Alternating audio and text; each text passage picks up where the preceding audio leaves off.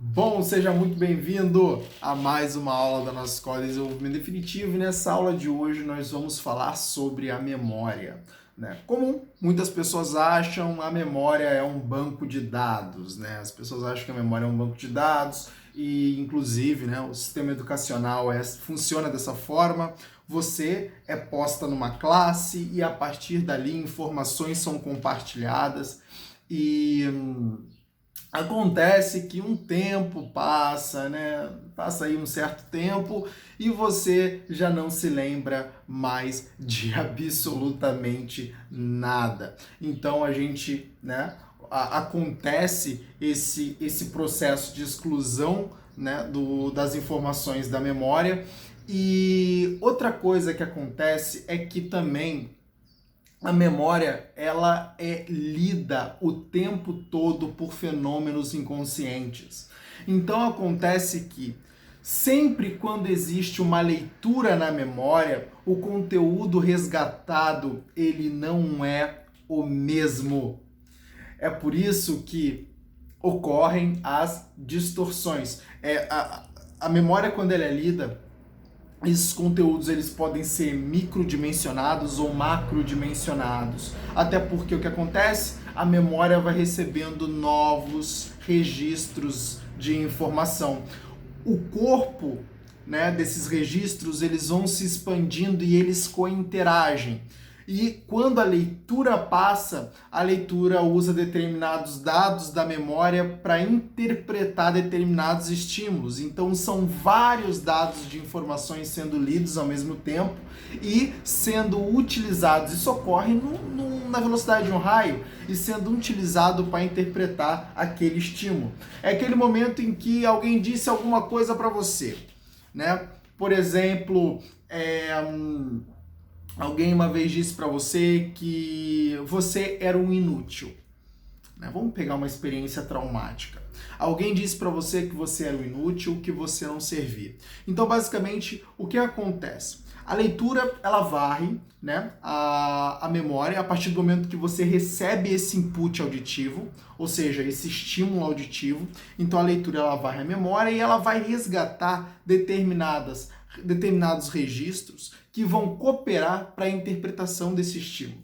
É aí que muitas vezes acontece de ter um determinado registro lá na memória daquele indivíduo que coopera para uma interpretação que, de uma certa forma, macrodimensiona o recebimento desse estímulo. Então é aquele momento que muitas vezes essa memória, esse estímulo, ele é interpretado macrodimensionado e aí ocorre que a pessoa ela desenvolve algum transtorno psíquico por conta daquele estímulo.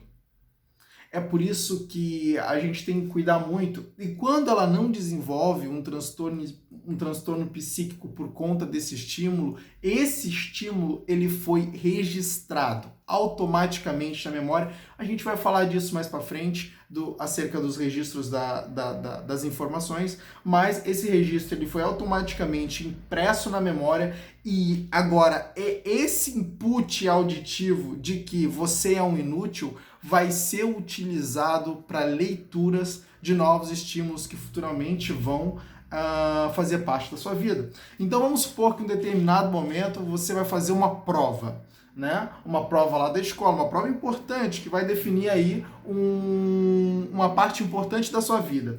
E você está ali diante daquela prova e o estímulo visual da prova está ali, você está interpretando a prova como desafio, porque a leitura na memória está sendo feita e está resgatando o significado de desafio.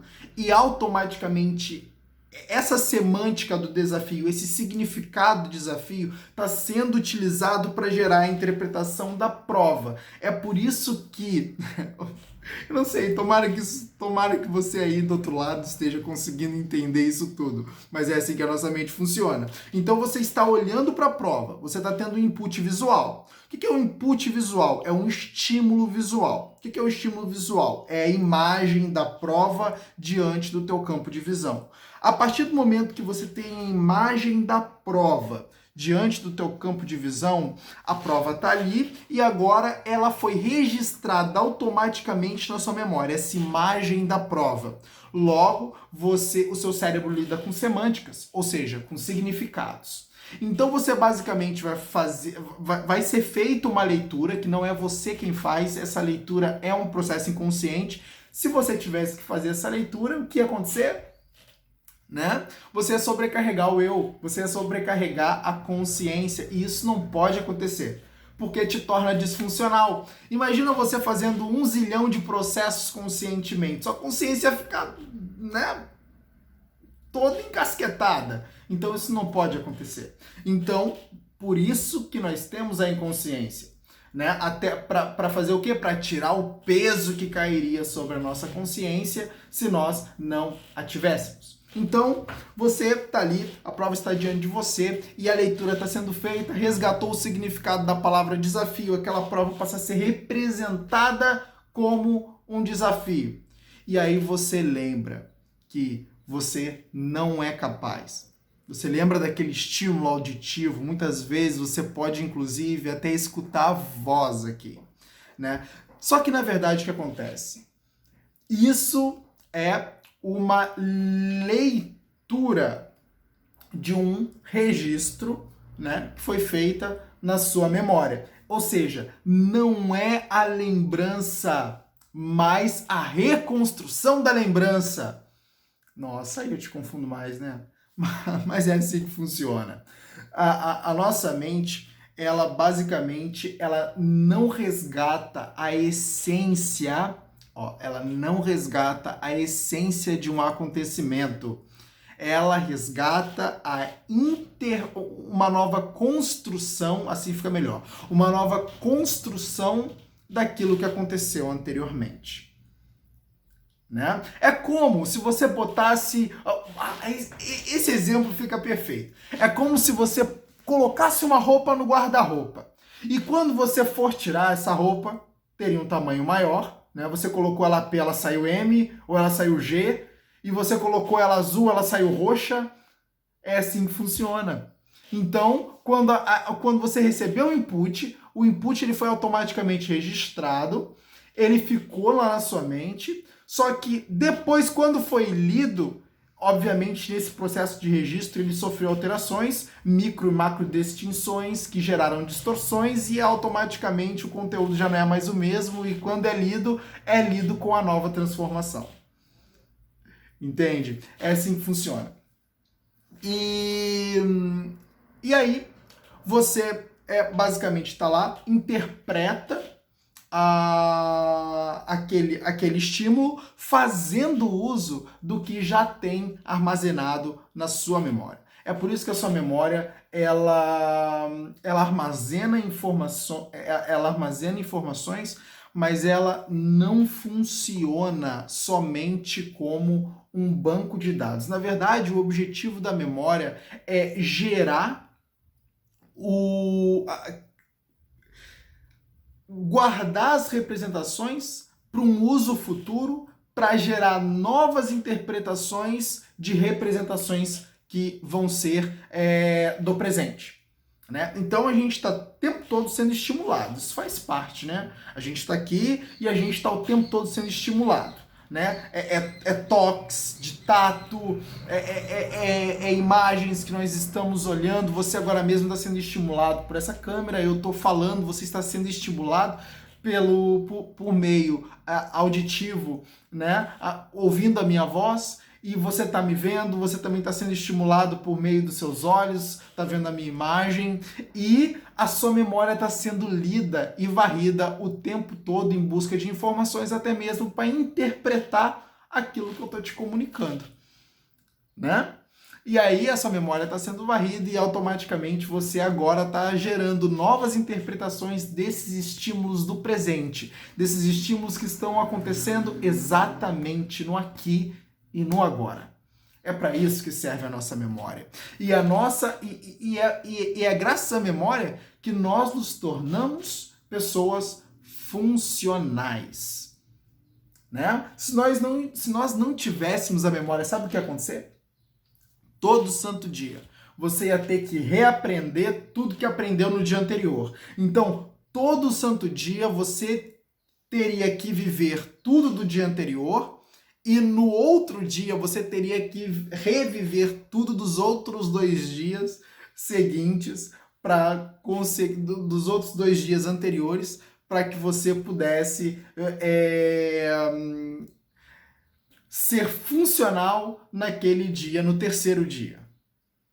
Você entende isso? Então seria um caos total. É por isso que nós necessitamos da memória.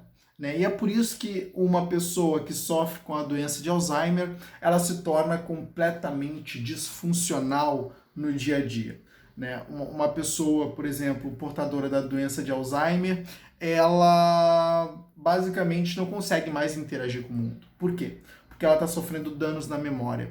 E áreas da memória estão sendo deletadas. E automaticamente, perdendo essa capacidade de armazenamento, armazenamento, né? A gente fala assim de uma forma comum, armazenamento, mas também de uma certa forma porque ocorre registros de informação. Mas, enfim, perdendo essa capacidade, ela vai, ao longo do tempo, se tornando disfuncional e não conseguindo mais, né, de uma certa forma, viver como as pessoas comuns. Então, a memória ela serve para isso. A memória ela vai armazenar a tua história intrapsíquica, né? Esse negócio de história intrapsíquica basicamente é a sua história de vida. Ao longo da sua vida, como eu já disse aqui, você tem vários e vários estímulos. E todos esses estímulos vão compondo a sua história intrapsíquica. Todos esses estímulos eles vão gerando determinadas transformações na sua energia emocional, ou seja, impactos nas suas emoções. E, obviamente, né, todo aquele estímulo que ele tem um impacto emocional muito grande, ele é algo marcante, se torna marcante. Né? Ele tem um... Por quê? Por que isso acontece? É interessante. Porque a memória ela é feita de áreas. É que aí eu já estou entrando numa coisa que eu queria trazer futuramente. Tá? Mas, bom, eu vou dar uma pincelada aqui. É bem simples, eu não vou me aprofundar nisso, é só para você entender. Então, a memória ela é feita de áreas e quando você tem um estímulo muito forte emocional, esse estímulo ele é armazenado, ele é registrado numa área privilegiada da memória, que é rapidamente lida pelo fenômeno da leitura. Né? Ou seja, o que faz lá a leitura na sua memória, que eu vou falar, né, acerca dele mais para frente. Então, é lida. E por estar numa área privilegiada, é lida mais rápido, é lembrada mais rápido. Bom, então, basicamente, é isso que você precisa saber acerca da memória. Ela é feita para armazenar a sua história intrapsíquica e o objetivo dela é fazer com que você tenha bases para gerar novas interpretações, né, das interpretações do presente. Entendeu? Você basicamente vai usar o passado para interpretar o presente. Pronto. Eu acho que a gente resume, né? Todo o passado que você percorreu vai ser utilizado como conteúdo para interpretar o presente. Mas a memória não é aquela coisa que a gente imagina de eu vou gravar e depois eu vou lembrar. Não. Por quê? Essas informações sofrem transformações. E quando elas são lidas, não são lidas essencialmente, mas são modificadas. A gente vai entender isso mais pra frente. tá bom? Eu espero que você tenha entendido e que essa aula tenha aí agregado valor para você, tá bom? Então, até a próxima aula. Tchau, tchau.